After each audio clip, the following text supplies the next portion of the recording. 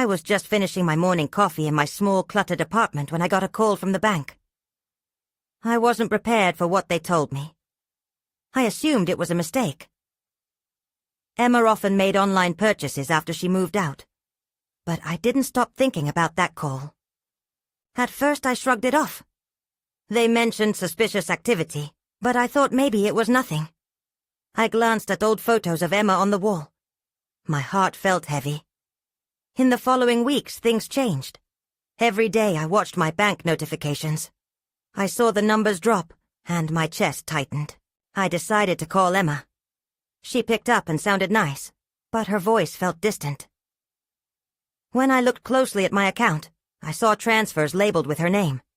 My life savings. Gone. A rush of anger and betrayal washed over me. I had to confront her. "Emma, why?" I asked when I stood in her living room, looking at wedding decorations everywhere. She wouldn't meet my eyes. "You're just being paranoid, Dad," she said. I wanted to scream. That night, I couldn't stop thinking. I needed to dig deeper. I searched for her fiancé's name online. It sent chills down my spine. There were stories, rumors. Everyone seemed to know something I didn't.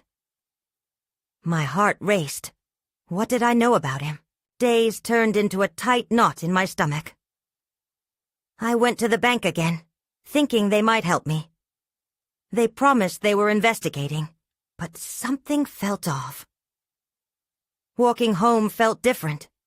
I could hear neighbors talking. Their voices felt muffled. No one seemed to notice my growing dread. I sat in my worn recliner. The apartment creaked around me. Doubts crawled into my mind.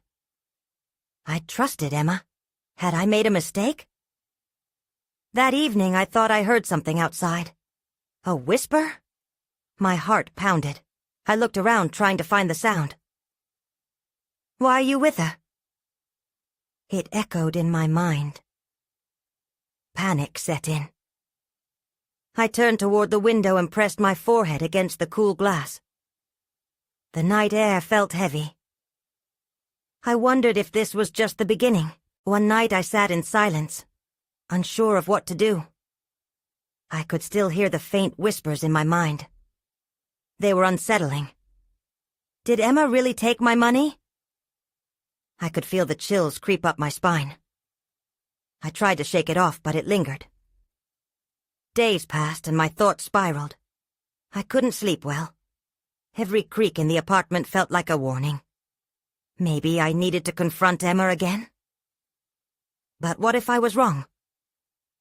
The uncertainty gnawed at me. Then, just when I thought things couldn't get worse, another sound pierced the air. It was louder this time.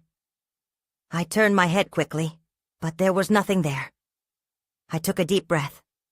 I needed answers, but were they safe to find? I realized I didn't know how deep this went.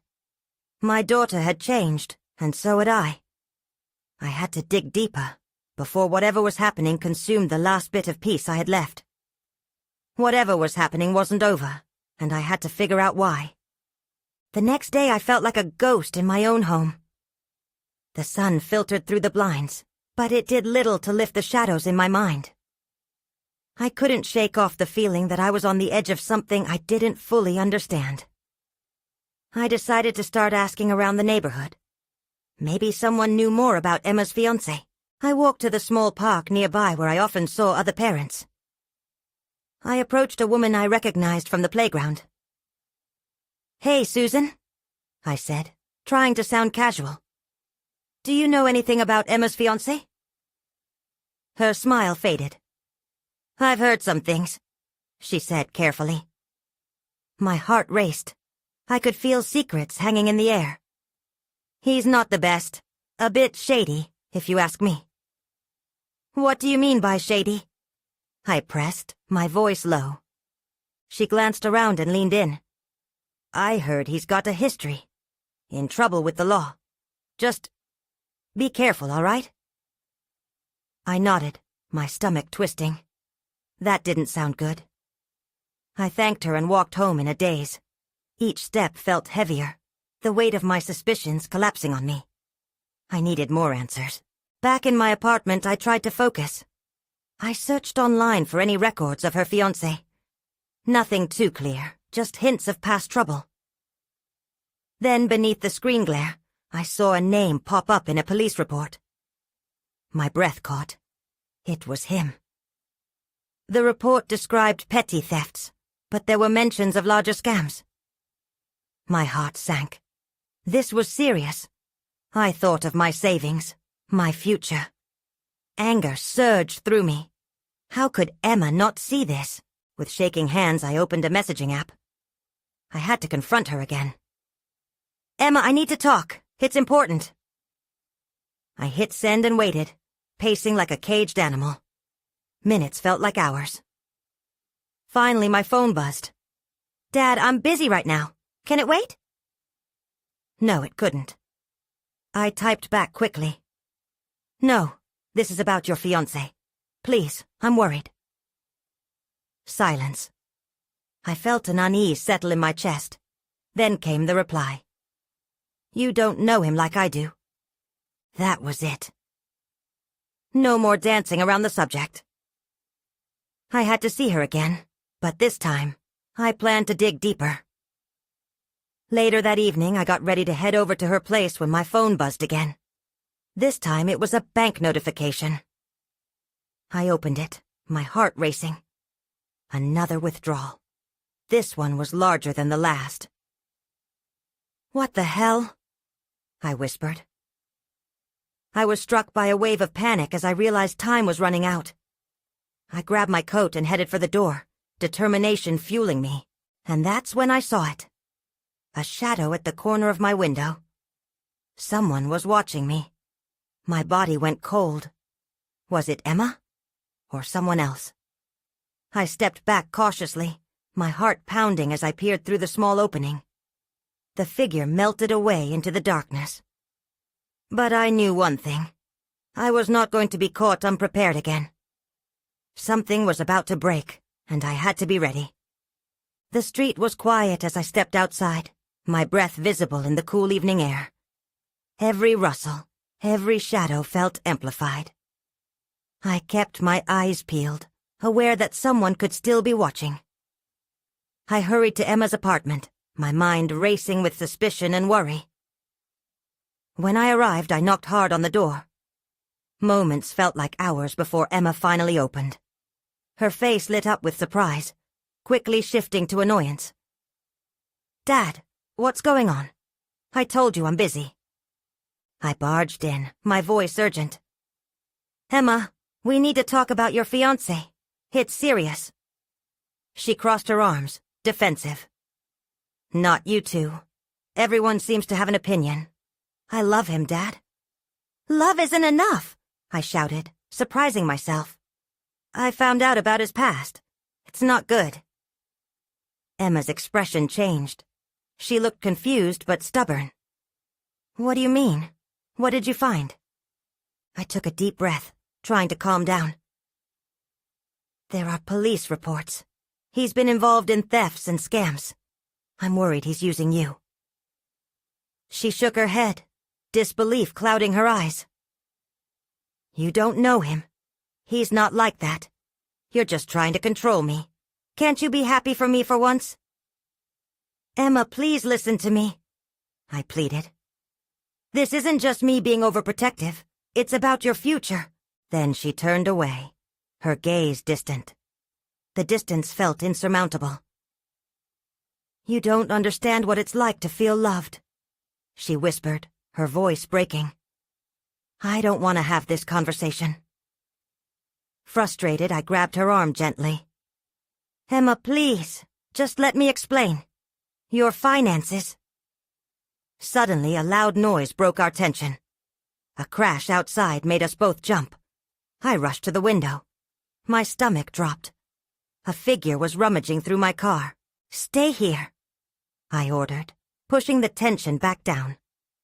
I hurried to the door and stepped outside, my heart racing again. As I approached, I realized it was too dark to make out any details. Hey, what are you doing? I shouted. The figure froze, Nothing, he muttered, retreating further into the shadows. Just then, he glanced back over his shoulder. My blood ran cold. It was Emma's fiancé. "Why are you here?" I asked, my voice low and threatening. He didn't answer. Instead, he turned to run. I took off after him, adrenaline surging through my veins. As I sprinted, I felt the world around me narrow, my focus solely on the man fleeing into the night. I knew I couldn't let him get away. I couldn't let him take her future, or mine. But as I chased him through the dimly lit streets, I realized I was moving deeper into unknown territory. Just as I turned a corner, everything went dark. I stumbled, my foot catching on an uneven sidewalk. Was it just me, or had I lost sight of him? The unease settled in once more. I had to find him, and fast. That's when I heard it, a low voice, murmuring just out of sight. I inched closer, pressing myself against a wall. My heart raced as I listened, catching fragments of conversation that made my blood run cold. "Get the money," he said, "or everything's over." I hesitated. What did he mean? What was he planning? My mind raced. I held my breath, trying to absorb everything. This had become bigger than I imagined, and I was right in the middle of it. I took a step back, my mind reeling. The words "get the money" echoed in my head. Every instinct screamed at me to leave, to find a safe place. But I couldn't move. I had to know more. Pressing my ear against the cold wall, the whispers continued. "You promised this would be easy. We can't keep dragging this out." The voice sounded frantic. A moment later there was a response, but the words were too muffled to catch. I leaned in closer, desperate to hear. Then out of nowhere a loud crash broke the tension. I jumped, my heart racing. My instincts told me to run, but curiosity rooted me in place. I waited and listened, adrenaline pumping through my body. The silence that followed felt heavy. Finally, I crept around the corner, inching toward the source of the altercation. I could barely make out two figures in the darkness, one taller and broader, clearly angry, the other hunched over. I strained to hear as the taller figure shouted, "You said you had it sorted. I'm not playing around." The other man began to plead, his voice shaky. "I'm trying. I just need more time, please." I couldn't stay hidden any longer. "What's going on?" I demanded, stepping into the dim light. The two men turned, surprise washing over their faces, quickly replaced by hostility. One of them, the one who had been pleading, I recognized. It was Emma's fiancé. The other man stood tall and menacing, his jaw set tight. "Stay out of this, old man," he sneered at me, his voice dripping with contempt. "This doesn't concern you." "I'll decide what concerns me," I replied, my voice firmer than I felt. "What kind of trouble is this?" Emma's fiancé glanced around, panic flickering in his eyes. "You shouldn't have followed me," he muttered. "Now you've ruined everything." I took another step forward, adrenaline overriding my fear. "What are you planning? What do you need the money for?" The taller man stepped toward me, his posture aggressive. "You want to know? How about you mind your own business and walk away before you regret it?" I held my ground. "I'm not letting you manipulate my daughter. Whatever scheme you're running, it ends now." Suddenly the other man lunged forward, pushing me back. I stumbled but quickly regained my balance. Fear surged through me, but I couldn't back down. I refused to let him intimidate me. Before I could react, he grabbed something from his coat pocket. A glint caught my eye, and I realized it was a knife. "Leave her out of this, or else," he threatened, holding it up with a shaky hand. My heart raced. This was escalating too quickly. I had to defuse the situation. "Just talk to me," I urged, my voice steady despite the fear coursing through me. "We can figure this out together. But before I could say more, sirens broke the night air, a sound of salvation and chaos. Both men froze, exchanging glances, then turned to flee. In that moment, I knew I had to get back to Emma. Whatever shadow was looming over her, I had to pull her into the light before it was too late. I ran back toward her apartment, my mind racing with questions. How deep was this mess? What had I just uncovered? And would Emma even listen now? The urgency pressed in on me, spurring my feet to move faster. I reached her door, but something stopped me. That was when I noticed a small slip of paper stuck under the mat. I bent down and read it. My stomach dropped. The words were chilling. If you want your money, come to this address. Panic surged through me. I had to know what was happening. Had to protect my daughter. But now, I faced a choice. Do I follow this lead, or rush to Emma's side? Both paths seemed fraught with danger. I stood frozen at the doorway, the slip of paper crumpling in my fist. My heart raced as I glanced over my shoulder, the sounds of the city muffled by the weight of my thoughts. I had two choices, but they both felt risky. I could head inside and confront Emma, but what would I say? Hey, honey, I just witnessed your fiancé in a threatening situation with a stranger. The anxiety clawed at my insides. Or I could follow this lead, risk everything, and get tangled deeper into a web of trouble that seemed to extend far beyond my daughter. The sirens faded into the distance, leaving behind only the echo of tension that had filled the night. I took a deep breath and approached the door. Emma was inside, probably oblivious to the storm brewing outside.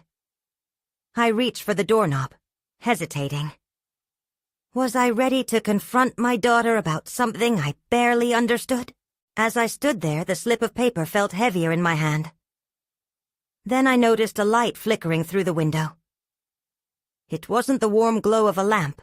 It was a harsh, white light. I narrowed my eyes, trying to see through the curtains. Had she invited someone over? Just then, my phone buzzed in my pocket. I fished it out, partly hoping it was Emma, though knowing the ringing might mean something more ominous. I looked down, and my heart dropped again. It was a message from Emma's fiancé. If you want to protect her, meet me at the address. My breath caught in my throat. What did he mean by that? Protect her from what? Who was he really? I felt the anxiety boiling over. This was spiraling out of control, and I was in the center, unsure of how to steer it. I glanced at the paper again, the address written in hurried scrawls. My mind raced with images of what could go wrong. What if this was a trap? And yet, leaving it alone felt like a betrayal. I tightened my grip on my phone, the decision looming large. I turned toward Emma's door once more, but I found myself frozen again. My gut twisted. What if I ignored this and something happened? I couldn't shake the feeling that whatever was happening with her fiancé was serious, dangerous even. Determined, I took a deep breath and stashed the paper in my pocket. I had to know what I was dealing with. I wouldn't let my daughter walk into a situation without understanding the risks. I made my way down the stairs, keeping my footsteps light. I emerged onto the street, uncertainty swirling inside me. The address was only a few blocks away, and I forced myself to focus. Every step felt heavy, like the ground was trying to anchor me. As I approached the address, I spotted a nondescript building tucked behind an alley, the kind that looked abandoned but still bore that air of menace. My heart pounded. This was it. I was either walking into a solution or a trap. With each step, I felt more exposed. I peered inside through the grimy window, searching for any sign of movement. That's when I saw it, a shadow shifting at the back of the room. I was too late to turn back now. Someone was waiting for me. I braced myself, pushing open the door, ready to face whatever truth lay ahead. The door creaked as I stepped inside, the dim light flickering erratically above me. The musty air hit me first, like a stale reminder of neglect and secrets long buried. My heart thudded a warning deep in my chest. I couldn't shake the sense that I was crossing a line I could never uncross. "Hello," I called out, trying to sound braver than I felt. The word echoed back, swallowed by the shadows. I glanced around the sparse room. Old crates lined the walls, and a single table sat in the center, illuminated by a bare bulb. I moved cautiously, scanning for any familiar face. That's when I spotted him. Emma's fiancé, leaning against the wall, arms crossed, eyes fixed on me. His expression was unreadable. He looked different here, edgy, poised, almost predatory. I was reminded of the situation I had witnessed earlier, the way he had spoken to that stranger. It unnerved me how his demeanor morphed with the setting. "I'm glad you came," he said, his voice low but steady. "We need to talk." "About what?" I forced the words through my clenched teeth. "About the threats I saw?" He chuckled softly, shaking his head. "You have it all wrong. There's more at play here than you realize." I narrowed my eyes. "Then tell me. I don't have time for games. My daughter's in the middle of this." His gaze hardened. "You should be more concerned about yourself right now." I stepped back, instinct kicking in. "What do you mean?" Before he could answer, a loud crash came from the back of the building. My heart raced as I caught movement behind him. A figure stepped out of the shadows. Another man, broad-shouldered and imposing. He looked ready for a fight, anger radiating off him. "Stay back!" I shouted, my voice cracking. I could feel the fear pooling in my gut. The fiancé lifted a hand. "It's not what you think. We're on the same side." "Same side?" I couldn't fathom it. The stranger wasn't here for an amicable chat. He looked like he wanted to decimate everything in sight, starting with me. The tension in the room thickened. "What's happening? Who is he?" I demanded. "Just listen to me," the fiancé urged, but I couldn't take my eyes off the other man. I felt like prey, and my instincts screamed at me to get out. Lights flickered again and then went out suddenly, plunging us into darkness. Panic surged through me. I fumbled for my phone, praying the screen's light would guide my path. That's when I saw it. A glint of metal in the stranger's hand. A knife. My breath quickened. In that moment, I realized I'd walked into something far more dangerous than I'd imagined.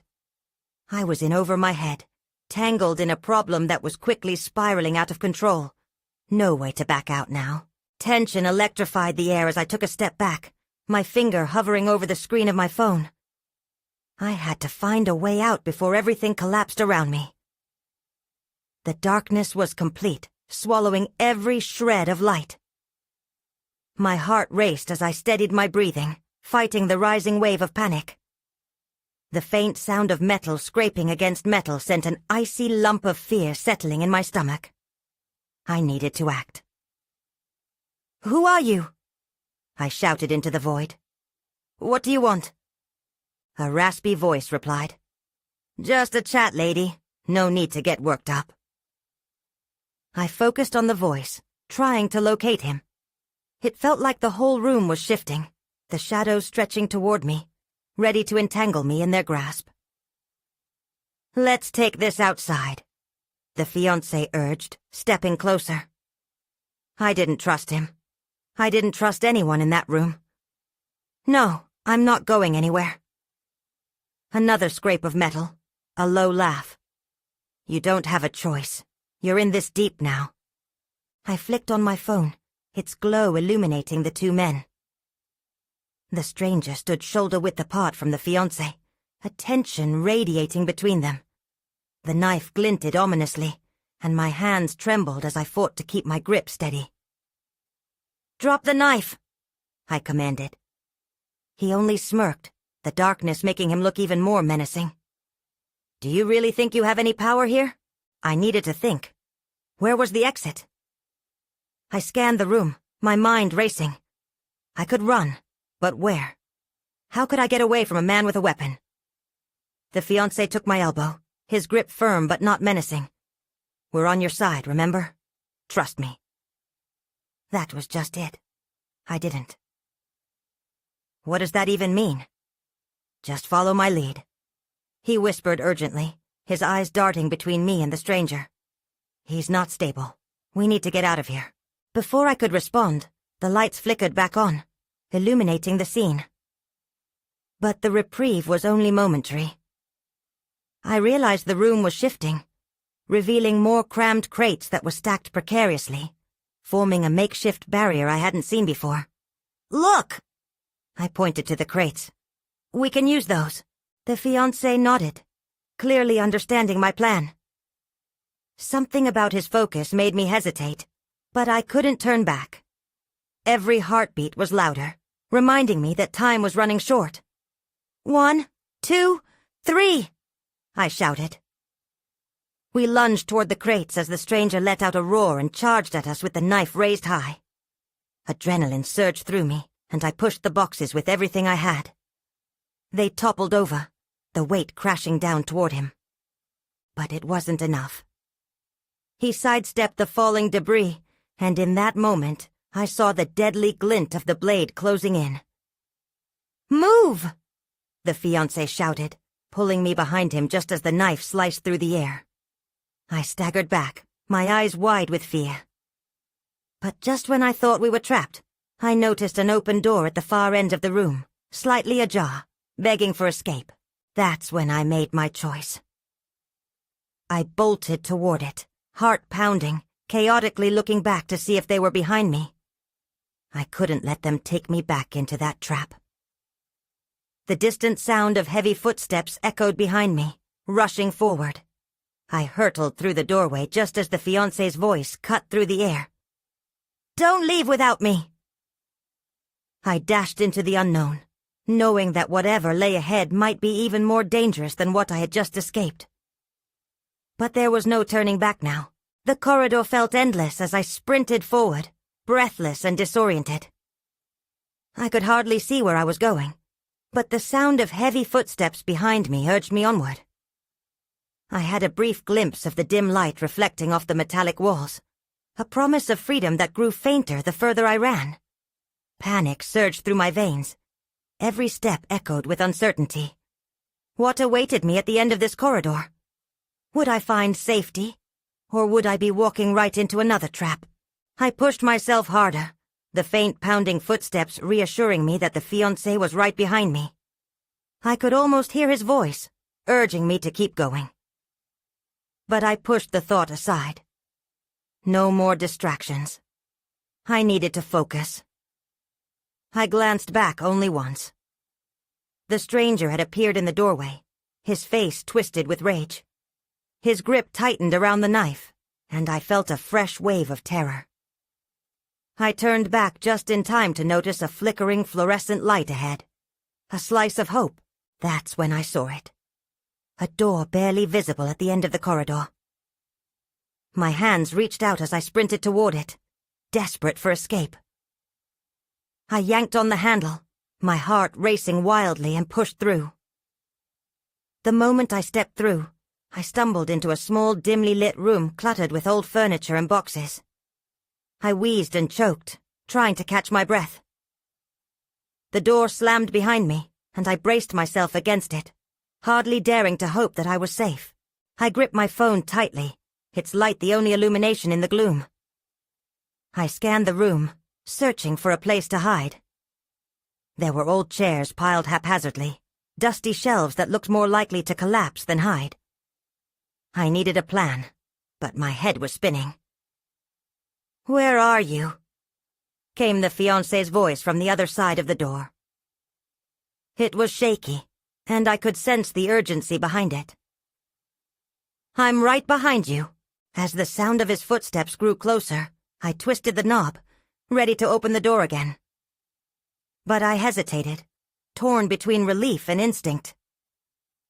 "Are you sure you're really on my side?" I called out, my voice trembling.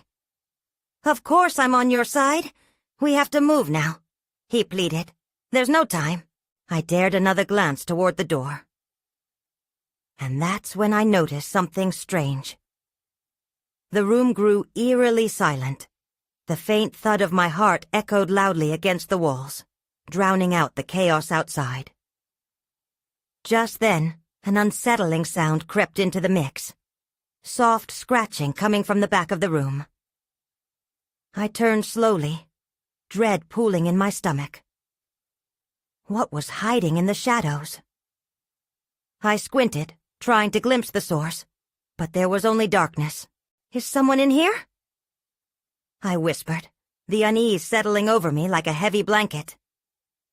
Then everything went dark.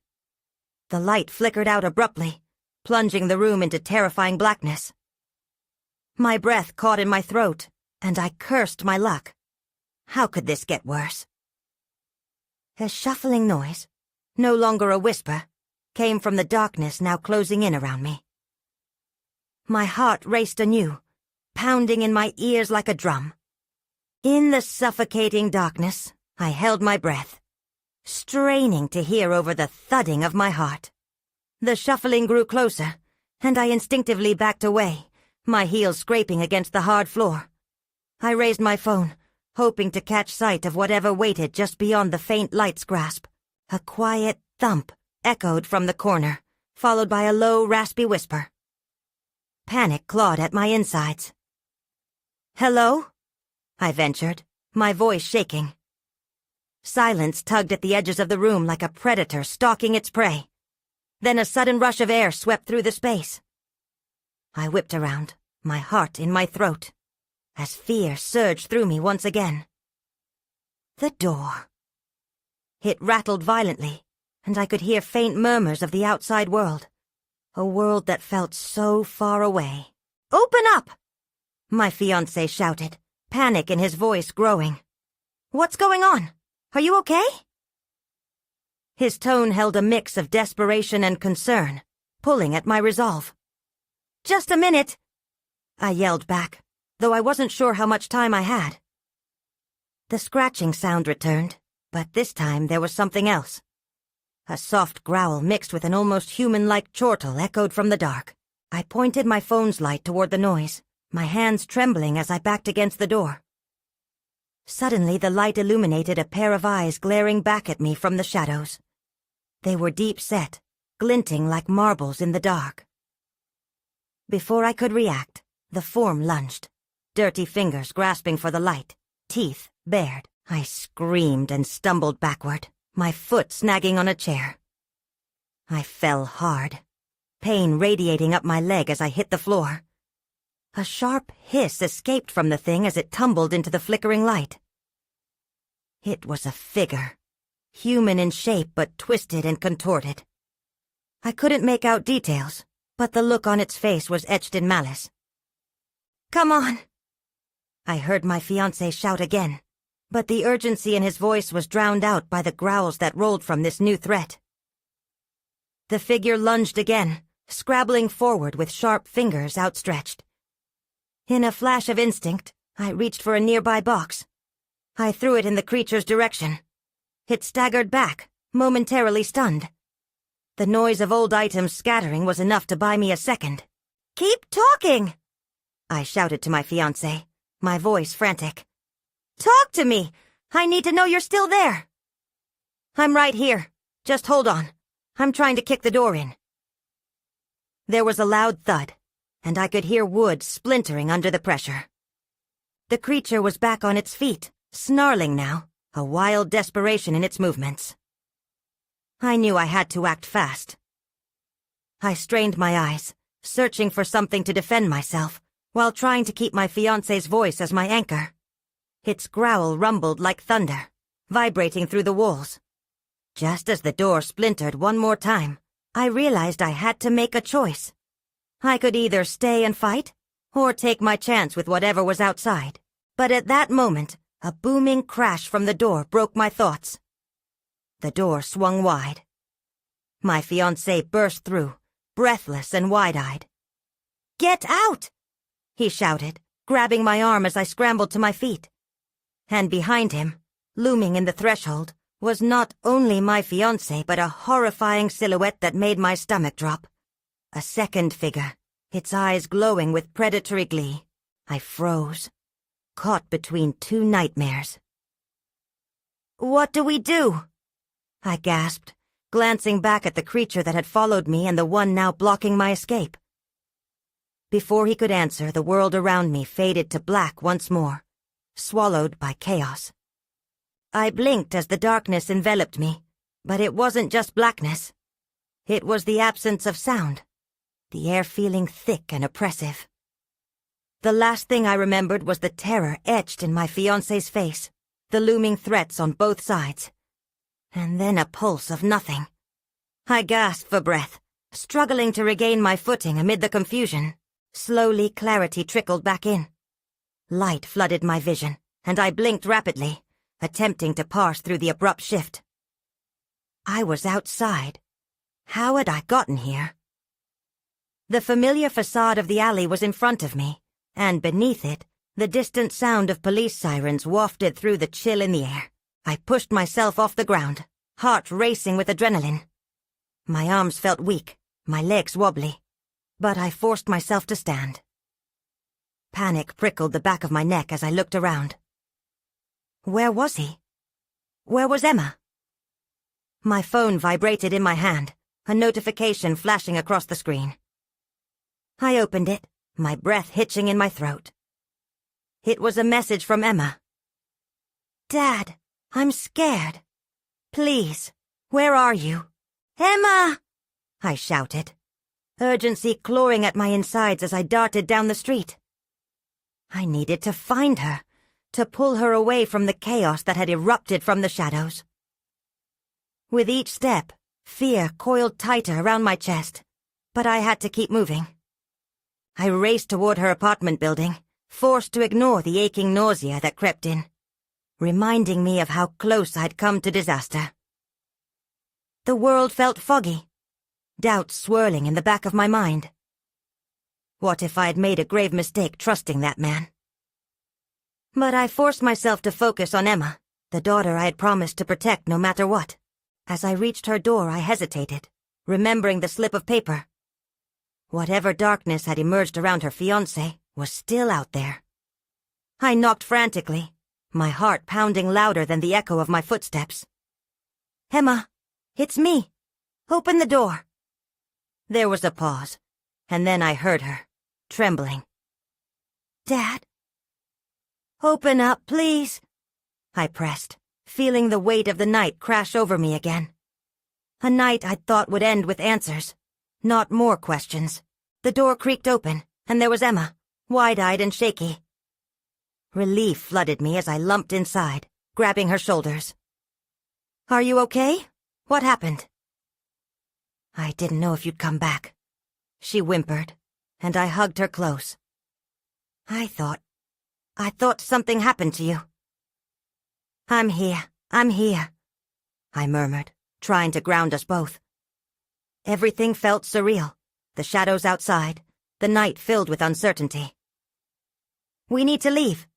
Now." "Where?" she asked, confusion clouding her eyes. But before I could answer, my phone buzzed again. The fiancé's name lit up the screen. I gripped it tightly, pondering the decision before me. Perhaps a part still wanted to believe he was on our side, but the haunting memory of the darkness suggested otherwise. "I don't know," I finally admitted, desperate fatigue seeping into my bones. "But not here." Emma looked torn, shadows still flickering behind her eyes. "What about him? Shouldn't we—" "No." The word came out sharper than I intended. "We have to trust our instincts. We can't get tangled up in whatever this is." We stole a moment to gather ourselves before I grabbed her hand and pulled her into the night. The streets lay shrouded in fog, each turn hiding unknown dangers. But as we moved, I couldn't help but glance back at the building. What lay beneath its surface? What truth remained hidden in its shadows? We navigated the dimly lit streets, uncertainty clouding our minds. I knew we were on the edge of something. The whispers of danger lingered like an unanswered question, shadows of events just out of reach. In the distant darkness, I heard the echo of sirens fading, replaced by the restless city. What had we escaped? What lingered there in the silence? There were no answers, only more uncertainty. As Emma squeezed my hand, I felt a cloud of dread settle over me. I didn't have answers. I couldn't protect her from every shadow lurking around us. And deep down, I wondered if we had truly escaped at all, or if we were running headlong into something even more sinister. I moved forward, and as the night unfolded, I couldn't shake the feeling that this wasn't over. The question haunted me. Was it the shadows that threatened? Or was it the darkness we carried inside?